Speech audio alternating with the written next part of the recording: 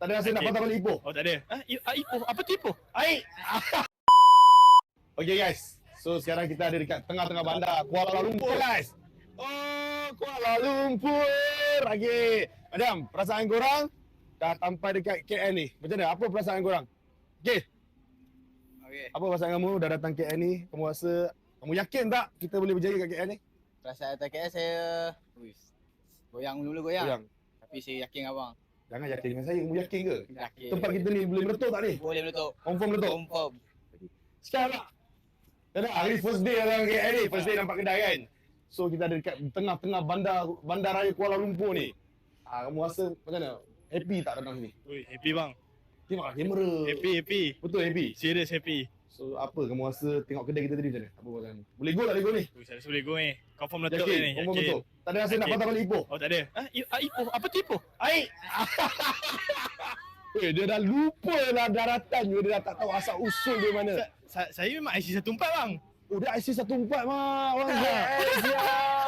So yakin? Yakin. Nak berhenti kerja tak? Tak nak. Mana tahu. Nak duduk KL. Tak steady. Orang kampung dulu. Ya.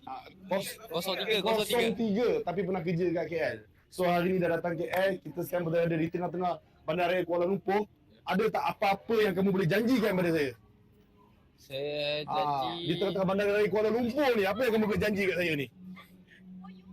Janji apa? Ini kalau awet tanya hang ni fail weh. Bagilah kata-kata manis sikit. Air orang harapan palsu ke apa tak apa. Tak ada palsu lah, dia kan nyata.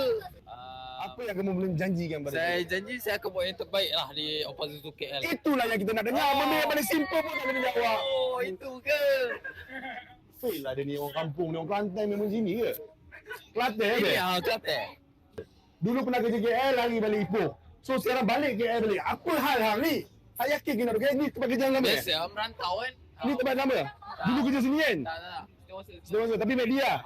Nak kerja balik tak? Nak jom kita pindah kerja sini. Nak? Ni tak kenal siapa? Tapi nak kerja dengan siapa? Abang lah. Sekarang abang lah. Sayang saya. Okay, steady. Orang Lenggung hari ni. Macam mana? Perasaan bila datang kita di tengah-tengah bandaraya KL ni. Okay. Apa kamu rasa? Apa kamu nak cakap dekat Kuala Lumpur ni? Jerik tak? KL menjerik ke apa ke? Jerik lah sikit. Tak ada bising. Tak, macam mana kamu rasa perasaan kamu datang KL ni? Kamu rasa yakin tak? Kamu rasa confident tak kita boleh berjaya kat KL ni? Yakin. Yakin? Yakin. Okay, motor dah ada. Apa the next target? Next target kereta lah. Kereta tu bila tu?